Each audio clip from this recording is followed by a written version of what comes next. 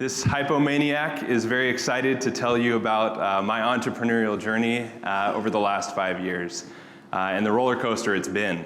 I started my two companies out of my apartment in Eugene, Oregon, using a laptop I bought off of Craigslist for $300 and pirating my neighbor's Wi-Fi. Fast forward to today, and the combined value of both my companies is roughly $18 to $20 million. I have a much nicer laptop, and I can afford Wi-Fi, so I'm on the right side of the law. In the next 8 minutes, I'm going to tell you how to significantly reduce the stress of being an entrepreneur, recover from the derailments that will inevitably occur during your journey, which will lead you to be a better leader and ultimately build a better company and a stronger company. I'll start with the high highs, so the moments where I felt like, or the periods of time where I felt like we were at the peak, hands in the air, we feel weightless on the roller coaster, me and my team. And this takes several forms, both in accomplishments and in times where we received accolades. Society43 makes licensed eyewear for passionate fans. I'm a passionate fan, I love sports. The high for me has really been just obtaining licenses. So we now have over 130 collegiate and pro licenses, which has been a huge accomplishment. And the other thing I really love about our company is our distribution, just the retail partners we work with. And we recently passed 750 different retail partners across the country. So that's been a huge success for us. My other company, Revant, makes lenses for high quality eyewear, and was named to the Inc. 500 list of fastest growing private companies in the US last year. Was number 3 fastest growing company in Portland, and will be on that list again this year. One of my goals with that company was to quickly internationalize it. So we've worked hard to do that, and we now sell in over 175 countries and have 35% of our customer base outside of the US. So that's been just really, really successful, and I give most of that to my team. Personally, I was named to the 40 Under 40 for the Portland Business Journal last year, which was one of my personal accomplishments that I enjoyed. And then I was also a semifinalist for the OEN Entrepreneur of the Year Award, as well as the Ernst & Young Entrepreneur of the Award last year. So now I'll talk to you a little bit about the lows, the juicier details, the more interesting stuff. And I had to think for a while about these, but 2 really stand out to me during my journey. The first one occurred pretty much right out of the gate. I had just come up with the idea for Revant. I was really excited about sourcing replacement lenses. I was scratching mine constantly, so as Gina said, I was filling a niche there, and I was pulling in product from countries all over Asia to test and see what was quality and what I wanted to work with. One day I came home from school with my backpack on, and there was a box on my doorstep with Chinese writing on the front. It wasn't addressed to anyone, but I assumed it was for me because I was the only one in my apartment sourcing products from China at the time. So I went upstairs, set it on a kitchen table, and opened it up, and inside were 2 pairs of sunglasses and a bunch of lenses, which wasn't out of the norm, except they were sunglasses I had lent to my roommate 2 months previous. He told me he needed them for his baseball league. He was gonna use them over the summer, when in fact he had taken them, sent them to China, sourced lenses, and brought them to our apartment to create a competing business. Yeah. So you can imagine, my heart started racing. I got a little sweaty and red, and then I sat at the table for a minute waiting for him to come home, just thinking about how I'd handle it. And I'm not gonna punch him, I don't want an assault charge. But the thought did cross my mind. I ended up having a very frank conversation with him, and he moved out a week later. The second example I'll give you is one that occurred about 1.5 years ago. And this, for me, was the hardest day of my life, honestly. I had been preparing for about 3 weeks to let 3 people go from my company. We were a company of 12 at the time, so a rather sizable portion of our workforce. And we had a very open office space, so creative space like this where everyone hears each other, and it's hard to plan for how to let people go in that type of environment. So I'd been planning for weeks on what it would look like, what I would say, how I would communicate the message to these people and let them go. I'd never done anything like that before, so I was nervous the day of, preparing, reading through everything over and over again. It's really all I could think about until about 3 hours before I was supposed to go in and do this. A man walks through the front door of our office, and I remember him. He had in my mind, a black trench coat on, dark sunglasses, kind of looked like the Grim Reaper, and he was holding a big stack of paper.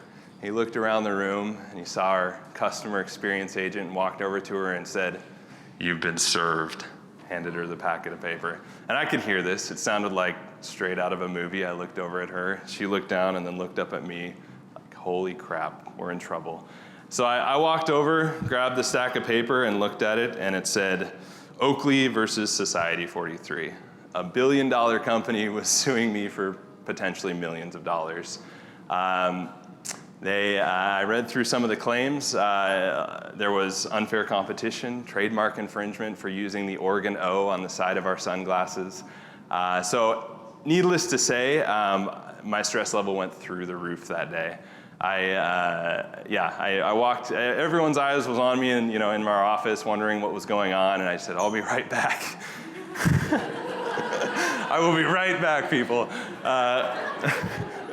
So I walked out of the front, shuffled through what seemed like 5,000 pages, understood maybe an eighth of it, and then went back in and kind of reset myself, just refocus. I need to deal with one issue first, which was letting these people go, which was incredibly difficult, and then tackle the issue of the lawsuit. So I went through that. It was incredibly difficult, and it was the hardest day of my life, and the following months were very stressful. There was a lot involved with dealing with that lawsuit that I didn't know about. It was new territory for me. So now on to the theme of the day. What was my Wilson? What got me through that? When I was asked what my Wilson is, I immediately knew it's the people that I surround myself with. And it's not just the amazing people that I work with day to day. It's really a core group of 10 people that have been with me since the beginning of the journey. And these people are good people. When I say good people, I don't mean people that'll always be positive and tell you what you want to hear, but more often than that, they'll tell you what you need to hear. They'll tell you the truth. And that can take many different forms. It can be optimism when you need it. It can be perspective when you need it. They can pull you out of any situation that you're involved with in the business and just get you out into society, which is very important because I think as every entrepreneur knows, you can get very tunnel visioned into the business 24/7 and get kind of lost in some of that stress and anxiety. So that's very important. And now I'll refer back to and kind of close the loop on those two examples of the low lows I gave you earlier and how I applied my Wilson there. So when after the discussion I had with my roommate went down and he packed up and headed out, I called my good friend who I've known since the age of 7. He's a part of that group of 10. He came over and, I just vetted with him. I was like, heated. I don't know what happened here. I can't trust anyone. Just all these thoughts running through my mind about I haven't even started my business yet, and I'm already dealing with people ripping me off.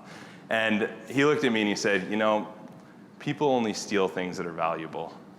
And it totally shifted my energy from negative to, you're right, I'm building something valuable and someone saw that and tried to rip me off already.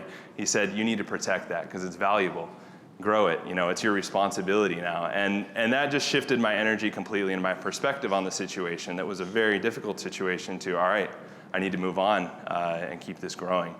So that to me was very valuable. It's hard to really quantify like a financial value to that, but it was a turning point for me very early on how to view things and how to really push past difficult situations. The second example, the doomsday, we'll say, was, I went through all that, went through the lawsuit, and I remember I called my amazing wife, she's in the back there, about 9 p.m. after I got through all the paperwork and I talked to my attorneys and I said, I think it's over. I think Society43 might be going away. I don't think our insurance is going to cover this. It's potentially millions of dollars. Everything we built over the last 3.5 years could be gone.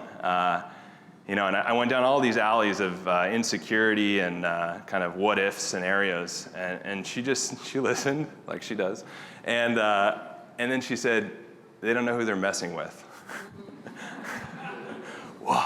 That's what every husband wants to hear. All right, you're right. They don't know who they're messing with. And they don't know what team they're messing with. I mean, my team is incredible at work, and I believe we can get through anything. And so for me, again, it was just that energy shift, that perspective shift from, we're getting crushed by Goliath to how do we attack Goliath? How do we get over this and come through it, as a stronger business and a stronger person personally? So those are just two examples of really good people in that group of 10 that have helped me through those times. And good people are really important to have around you, to foster those relationships, invest in those. I love celebrating our high highs with those people because they know what the lows have been like, and it's a lot more fun to celebrate with other people than yourself. You ever tried popping champagne in a room by yourself? It just doesn't have the same effect. So they're really important in the good times, but even more important in the hard times, because you can spread out that fear, that anxiety, get new perspective on things, and recover much quicker. The other thing I'll say too that I think is really important is to remember that it is not a sign of weakness to rely on other people or recognize that you need to rely on a group of people. It's actually a sign of strength. If you can acknowledge that you can do more with a group than you can by yourself, then you're a true leader. And that's something that's critically important to every entrepreneur that feels like a lone wolf at times, or Tom Hanks in Castaway, to tie it together here. Just, you don't need to go it alone, and in fact, it's a detriment if you go at it alone, because you will get the tunnel vision, you'll derail, and you'll feel like everything is over. I've been there at least twice, and those people help you through that. So all that to say that, like Tom Hanks, when he's creating literally a human face on a volleyball, so someone he has someone to talk to tell his fears, his worries, his concerns, and kind of relieve his stress.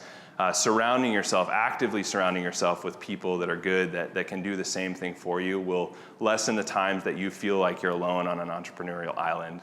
That will allow you to really significantly reduce the amount of stress associated with being an entrepreneur, get through those times much quicker, and ultimately you will be a better leader and build a stronger, more successful business. Thank you.